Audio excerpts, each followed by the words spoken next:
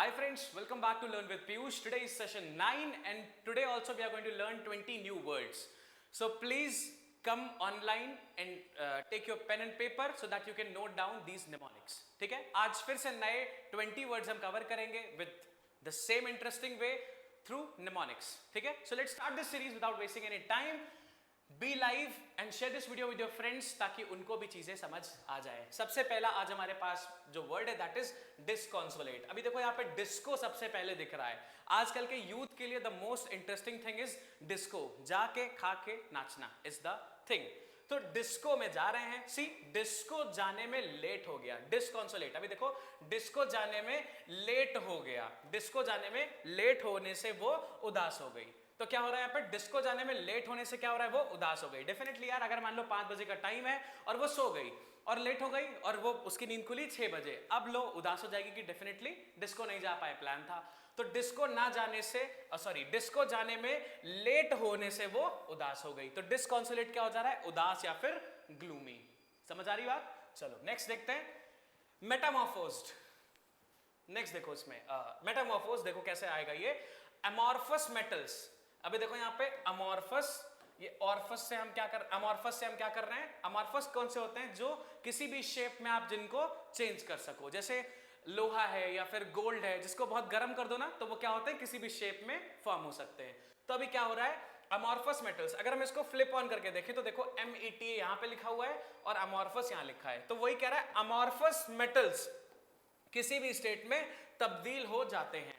तो Meta amorphous क्या होगा, मेटामॉर्फस, अमॉर्फस मेटल्स किसी भी स्टेट में तब्दील हो जाते हैं। अब ऑब्वियसली अगर कोई मेटल अमॉर्फस है, अमॉर्फस मतलब जो किसी भी स्टेट में चेंज हो जाए, तो क्या बोल रहा है, अमॉर्फस मेटल्स किसी भी स्टेट में तब्दील हो जाते हैं या फिर चेंज हो जाते हैं। तो मेटामॉर्फोस का मतलब क्या होगा, तब्दील होना या फिर टू ट्रांसफॉर्म। क्लियर है?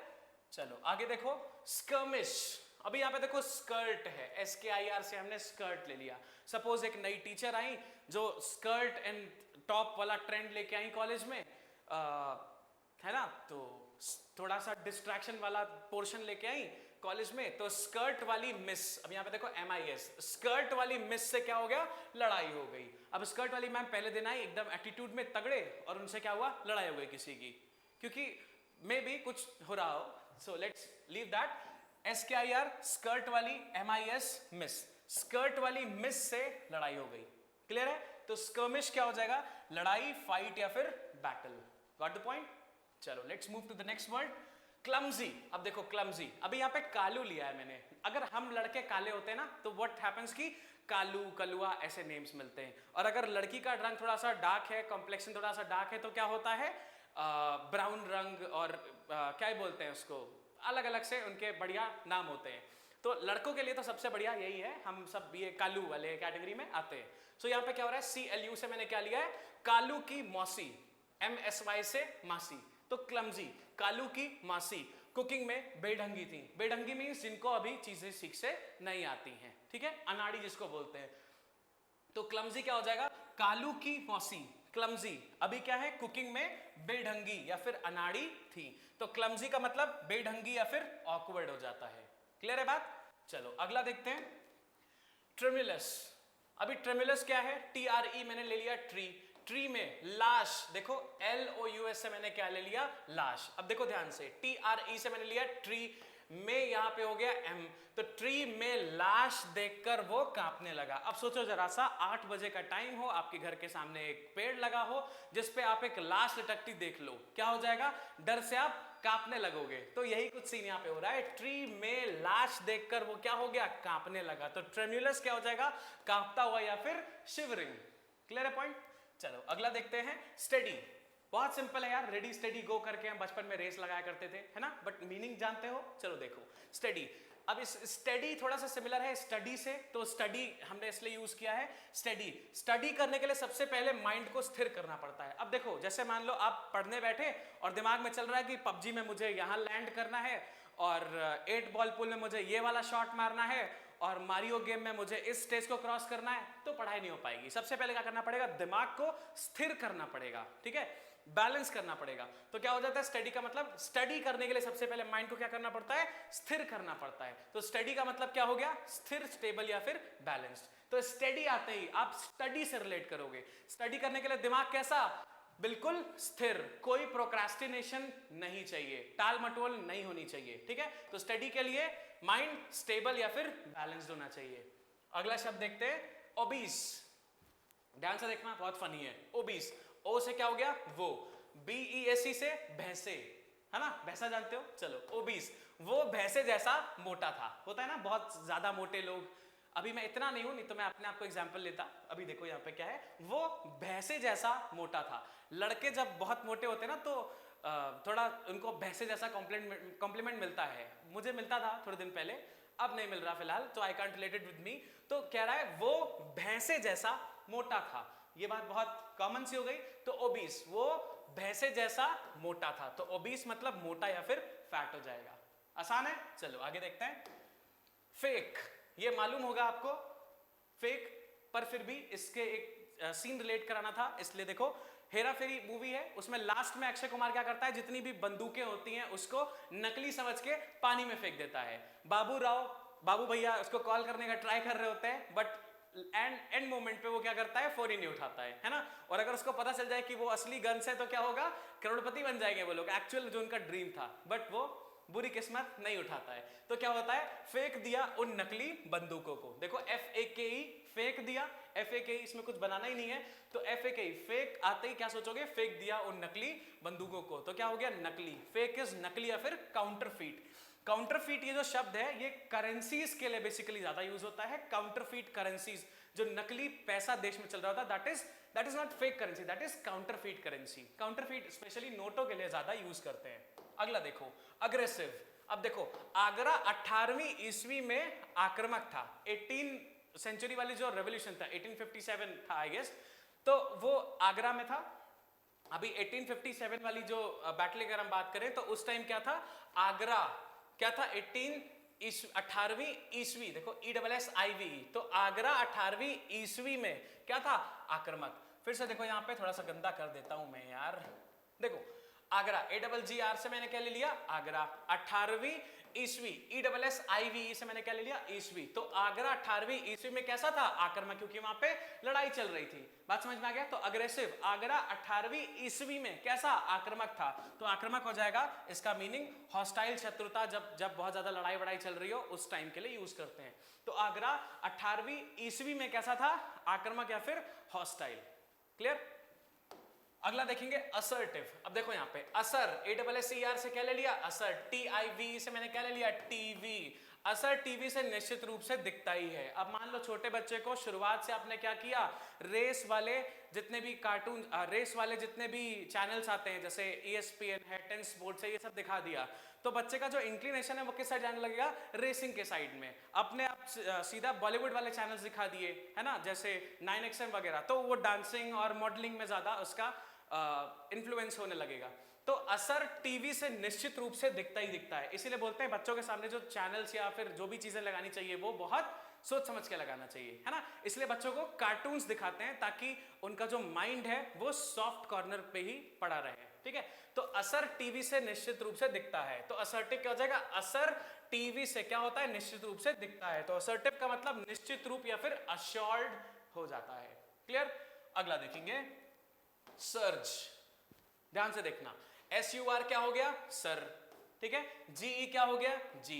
अब जो सर लोग चीजें बताते हैं वो डेफिनेटली बहुत एक्सपीरियंस्ड होते हैं, उन्होंने बहुत सारी चीजें देखी होती हैं, तभी आपको ये चीजें बताते हैं जब उनको एक्सपीरियंस होता है। अल्टीमेटली अगर आप उनको मानते हो, उनको फॉलो करते हो, तो व्हाट हैपेंस, आप श्योरली सक्सेसफुल होते हो। क्या हो रहा है, सर जी के कहने पर चलोगे तो आगे जरूर बढ़ोगे, ठीक है। ये बात कॉमन है, ये आपको पता भी होगी। तो सर्ज आते ही क्या हो जाएगा, सर जी के कहने पर चलोगे अगर, तो क्या होगा, आगे जरूर बढ़ोगे या फिर ऊपर जरूर उठोगे। तो सर्ज का मतलब क्या हो गया, आगे बढ़ना, राइज या फिर मूव फॉरवर्ड। समझ गए। तो सर्ज आते ही आपको सरजी दिखना चाहिए, और सर जी के कहने पे चलेंगे तो अब क्या होगा, हमेशा आगे बढ़ते रहेंगे, ठीक है ना। आसान है। चलो आगे देखते हैं, क्लैटर। ध्यान से देखना, कल रात, CL से मैंने क्या लिया, कल। अब यहां पे रात, तो नहीं है इसमें, इसमें नहीं है। Cl से मैंने क्या लिया, कल रात। अटारी जानते हो आप क्या होता है, जो छत होती है उसको अटारी भी बोलते हैं, है ना। अगर ठेठ हिंदी में जाओगे तो जो छत होती है उसको अटारी बोलते हैं। तो कल रात अटारी, ATTER से मैंने क्या लिया, अटारी। तो कल रात अटारी पर खड़खड़ाहट हो रही थी, ठीक है। मान लो बंदर आ गए हो, वो खड़खड़ाहट कर रहे हो, आपकी जो टैंक रखी पानी वाली उस पर कुछ गिर गया हो या फिर कुछ भी ऐसा हुआ हो, तो कल रात अटारी पर क्या हो रहा था, खड़खड़ाहट हो रही थी। तो क्लैटर विल बी, कल रात अटारी पर क्या हो रहा था, खड़खड़ाहट की आवाज सुनाई पड़ रही थी। तो क्लैटर क्या हो जाएगा, खड़खड़ाहट, रैटल या फिर कंटिन्यूअस नॉक, तभी तो खड़खड़ाहट होगा, कंटिन्यूअस नॉक। तो क्लैटर, कल रात अटारी पर क्या हो रहा था, खड़खड़ाहट की आवाज सुनाई पड़ रही थी, ठीक है। अगला देखेंगे ट्रैम्पल। अभी देखो ट्रैम, ट्रैम जानते हो आप, ट्रेन की तरह जो होता है छोटा छोटा, ट्रेन में बहुत सारी बोगी होती हैं, ट्रैम में कम होती हैं, फॉरेन में चलती है, अभी यहाँ पे ट्रैम का सिस्टम नहीं शुरू हुआ है। तो ट्रैम ने क्या किया, एम्पल, अभी देखो AMPLE, एम्पल मतलब कंसिडरेबल, कई सारे, जिनको हम एक प्रॉपर मात्रा में काउंट कर सकें। तो ट्रैम ने क्या किया, TRAM ने क्या किया, ट्रैम ने एम्पल लोगों को कुचल दिया। अब क्या हुआ, बहुत सारे लोग खड़े होंगे, उनको पता ही नहीं होगा कि वहां पे ट्रैम की पटरी है, वो लोग खड़े होंगे, ट्रैम ने हॉर्न दिया होगा, नहीं सुने होंगे, ट्रैम आई और उनके ऊपर से कुचल के उनको चली गई। तो अल्टीमेटली क्या हो रहा है, ट्रैम्पल में ट्रैम ने एम्पल लोगों को कुचल दिया। तो ट्रैम्पल इज कुचल देना, वॉक ओवर या फिर स्क्वैश, इसको कुचल देना, क्लियर है। अगला देखिए मिसचीफ। अब इसके कई सारे मीनिंग है यार, तो मैं सबसे जनरल जो मीनिंग होता है, जो आप डिक्शनरी जैसे ही गूगल करोगे सबसे फर्स्ट मीनिंग जो दिखाएगा उसके बेसिस पे मैंने ये निमोनिक बनाया है। आप और जो भी मीनिंग्स हैं उनके बेसिस पे आप इसको समझ सकते हो। तो मिसचीफ, अब देखो यहाँ पे अगर हम ध्यान से देखें तो ये चीफ और मिनिस्टर जैसा दिख रहा है ना। तो देखो बाद वाला है चीफ और इधर है मिनिस्टर, तो मिसचीफ, चीफ मिनिस्टर। अभी चीफ मिनिस्टर ने देश का नुकसान करवा दिया, ऐसे बहुत सारे लोग इस थॉट के होते हैं। जो भी रूलिंग पार्टी होती है उसके ऑपोजिट जितने भी लोग होते हैं वो सब यही सोचते हैं कि चीफ मिनिस्टर ने देश का नुकसान करवा दिया। We are not targeting anyone but this is a common thought that everybody possess। So mischief क्या हुआ, चीफ मिनिस्टर ने देश का नुकसान करवा दिया। तो मिसचीफ का जो इन जनरल मीनिंग गिवन है फर्स्ट स्लाइड पे जो मीनिंग आएगा दैट इज नुकसान या फिर लॉस, क्लियर। चलो आगे देखें, प्रीडिलेक्शन। देखो ध्यान से, प्रीवियस, PRE से क्या हो गया, प्रीवियस, इलेक्शन यहाँ पे आपको दिख रहा है इलेक्शन, है ना, ILECTION, हमने मान लिया कि इलेक्शन है। तो प्रीवियस इलेक्शन क्या हो रहा है, प्रीवियस इलेक्शन में मंत्री जी का झुकाव नहीं था। अभी क्या हुआ, एक मंत्री जी हैं जो इस बार इलेक्शन लड़ रहे हैं, प्रीवियस टाइम में या प्रीवियस ईयर के जो इलेक्शन थे उसमें वो नहीं खड़े हुए थे, ठीक है। तो क्या हुआ, वही कह रहा है कि प्रीवियस इलेक्शन में मंत्री जी का झुकाव नहीं था, मंत्री जी ने पार्टिसिपेट नहीं किया या फिर वो उस साइड उस बार जो पिछली बार इलेक्शन हुए हैं उसमें बिल्कुल भी इंटरेस्टेड नहीं थे। तो प्रीडिलेक्शन, प्रीवियस इलेक्शन में मंत्री जी का झुकाव नहीं था। तो प्रीडिलेक्शन क्या हो जाएगा, बेंडिंग, बायसनेस या फिर झुकाव। बात समझ में आ रही है। तो प्रीवियस इलेक्शंस में क्या नहीं था, मंत्री जी का झुकाव नहीं था, मंत्री जी नहीं चाहते थे प्रीवियस इलेक्शंस में पार्टिसिपेट करना, क्लियर है। चलो सोलेम, बहुत कॉमनली सुना होगा इस चीज को, सोलेम वर्ड को। देखो कैसे इसका निमोनिक है, सो लेने से। अब देखो यहाँ पे सो, एसओ से सो हो गया, LE से लेने से हो गया, MN से हो गया मन। तो सो लेने से मन क्या हो जाता है, मन में गंभीर सॉल्यूशंस आते हैं। जब आप सो लोगे, देखो बहुत सारा टेंशन है, आप थोड़ी देर सो जाओ, फिर क्या होगा, जब उठोगे तो माइंड एकदम फ्रेश होगा, फिर जो सॉल्यूशंस या फिर जो भी आप उस किसी भी सिचुएशन के लिए जो आप सॉल्यूशन ढूंढ रहे होगे वो क्या होगा, एकदम फ्रेश आपके माइंड में आएंगे, ठीक है, क्योंकि टेंशन फ्री हो चुका होगा। तो वही कह रहा है, सो लेने से मन में, देखो सोलेम, सो लेने से मन में गंभीर सॉल्यूशंस आते हैं। तो सोलेम का मतलब क्या हो जाएगा, गंभीर, सीरियस या फिर सिंसियर। होप ये समझ आ गया होगा। सो लेने से मन में गंभीर या फिर सीरियस सॉल्यूशंस आते हैं, ठीक है। पायस, ध्यान से देखो, PI से क्या ले लिया, PO, OUS से क्या ले लिया, उस पवित्र जल को। जब भी हम गंगा जल या फिर कोई भी चीज ऐसी लेके आते हैं, किसी भी सैक्रेड प्लेस का पानी या फिर कुछ भी ऐसा लेके आते हैं, तो मम्मी पापा क्या कहते हैं, इसको हल्का सा जबान पे लगाओ और फिर सिर पे लगा लो, ऐसा माना जाता है ना। तो सपोज कोई एक बच्चा है जिसको ये नहीं पता है, तो उन्होंने क्या किया, उसको हाथ पे वो पानी दिया और फिर क्या बोला, पियो उस पवित्र जल को। तो PIO से क्या हो गया, पियो, OUS से क्या हो गया, उस, तो पियो उस पवित्र जल को। तो पायस, PIOUS, यार मैं गंदा बात कर देता हूं, I should learn how to write pies, तो क्या हो जाएगा पियो, PIO से पियो, US से उस, तो पियो उस पवित्र जल को। पवित्र जल है तभी पीने के लिए कहेंगे, अब नाली का पानी तो कोई पिलाएगा नहीं, तो क्या हो जाएगा पियो उस पवित्र जल को। पायस मींस पवित्र या फिर सैक्रेड। गेटिंग? चलो, FEG बहुत बढ़िया शब्द है और याद करने का तरीका भी बढ़िया है। देखो FEG, अब EFFIGY को भी ऐसे ही पढ़ रहे हैं और यहां पे मैंने लिखा है FEG, इसको भी हम ऐसे ही पढ़ेंगे FEG। दोनों में अंतर क्या है? EFFIGY FEG, FEG ये भी FEG पढ़ रहे हैं, तो दोनों तरफ ये क्या है FEG की तरह ही इसको पढ़ रहे हैं। लेकिन अंतर क्या है? ये असली वर्ड है और ये क्या है डमी मैंने क्रिएट किया है इस वर्ड का। तो FEG क्या होता है? FEG क्या होता है? पुतला किसी भी चीज का, डमी। तो जैसे ही आप FEG पढ़ रहे हो, ये तो असली शब्द है, लेकिन अगर मैंने इसी को FEG ऐसे लिख दिया तो ये क्या बन गया?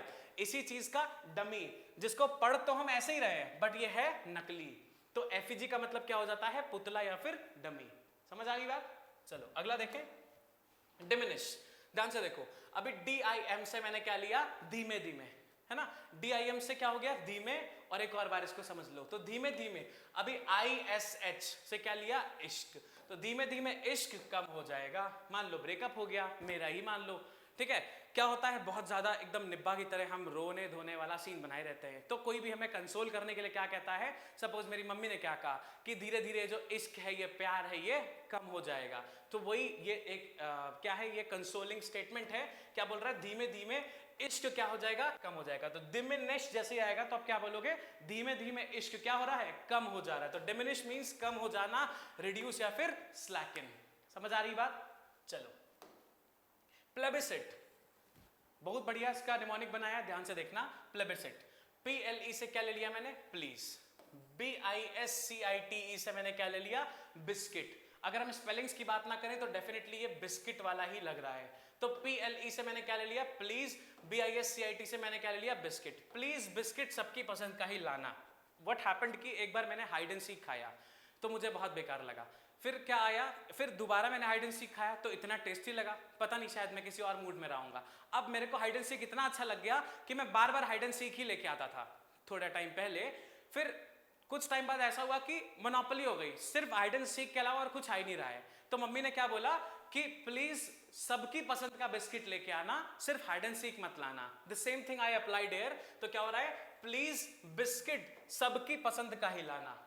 बात समझ आ रही है? देखो ध्यान से, प्लीज बिस्किट का लाना सबकी पसंद का, जिसपे सब अग्री कर रहे हो। तो प्लेबिसिट इज व्हाट? सबकी पसंद, या फिर जिसको रेफरेंडम भी बोलते हैं, या फिर यूनानिमस जो होता है जिसमें सबका माइंडसेट सेम होता है, वो भी इसका नियर अबाउट सिनोनिम माना जा सकता है। तो प्लेबिसिट इज सबकी पसंद या फिर रेफरेंडम। होप ये चीजें समझ आ रही होंगी आपको बहुत अच्छी तरह से।